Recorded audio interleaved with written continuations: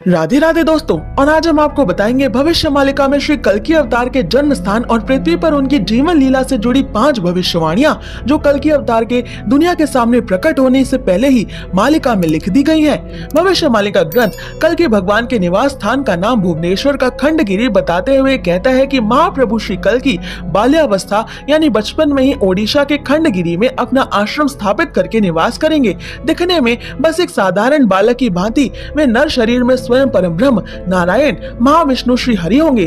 गिरी यानी खंडगिरी में रहते हुए वो मनुष्यों के गर्व दंभ अहंकार के साथ ही लोगों के द्वारा स्वयं की निंदा आलोचना होते हुए भी शांति से देखेंगे, सुनेंगे और उन पापियों के पापों के घड़े के भरने की प्रतीक्षा करेंगे। जैसे ही उपयुक्त घड़ी आ जाएगी, महाप्रभु कल्कि सबके कर्मों का हिसाब कर अपनी संहार लीला यानी विनाश लीला द्वारा दुष्टों एवं पापियों को दंडित करेंगे। भविष्य मालिका में कल्कि भगवान से जुड़ी दूसरी भविष्यवाणी कहती है कि कलयुग के अंत एवं सतयुग के आरंभ काल में कल्कि प्रभु के दर्शन हेतु असंख्य भक्त खंडगिरी पहुँचेंगे। जो भक्त परम ब्रह्म तत्व की खोज में पूरा जीवन देश विदेश घूम रहे होंगे, उन्हें परम ब्रह्म कल्कि प्रभु खंडगिरी में ही मिलेंगे और लोगों की परम ब्रह्म की खोज समाप्त होगी।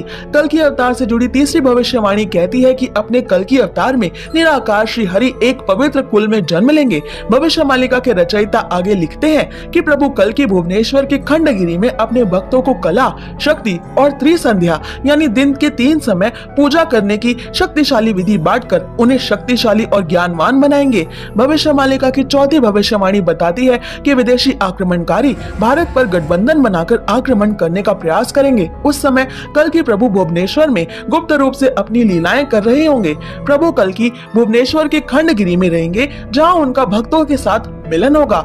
कल्कि प्रभु के दर्शन के बाद सभी भक्त आपस में परिचित होकर एक दूसरे को पहचान सकेंगे, यानी कल्कि भगवान की कृपा से उन्हें एक दूसरे का असली पिछला जन्म, कल्कि भगवान से उनका रिश्ता, अपना दिव्य रूप और अपने जीवन का उद्देश्य ये सब याद आ जाएगा। और भविष्य मालिका में कल्कि भगवान से जुड़ी 5वीं और सबसे बड़ी भविष्यवाणी ये कहती है कि भगवान कल्कि कलयुग के अंत में यानी अनंत युग से ठीक पहले अनंत माधव के नाम से जन्म लेंगे। बाद में प्रभु अपनी जन्म स्थली संबल नगर को छोड़कर सिद्धगिरी, जो वर्तमान भुवनेश्वर का वो हिस्सा है जो खंडगिरी, उदयगिरी एवं एकाम्र कानन के नाम से जाना जाता है, वहाँ पर गुप्त रूप से वास करके अपने भक्तों के साथ लीलाएं करेंगे।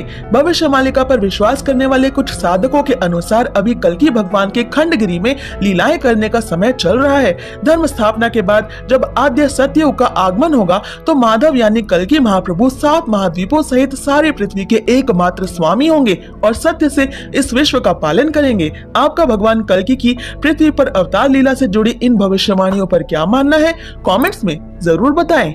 ऐसे ही और रोचक अनसुने तथ्य जानने के लिए सब्सक्राइब करें।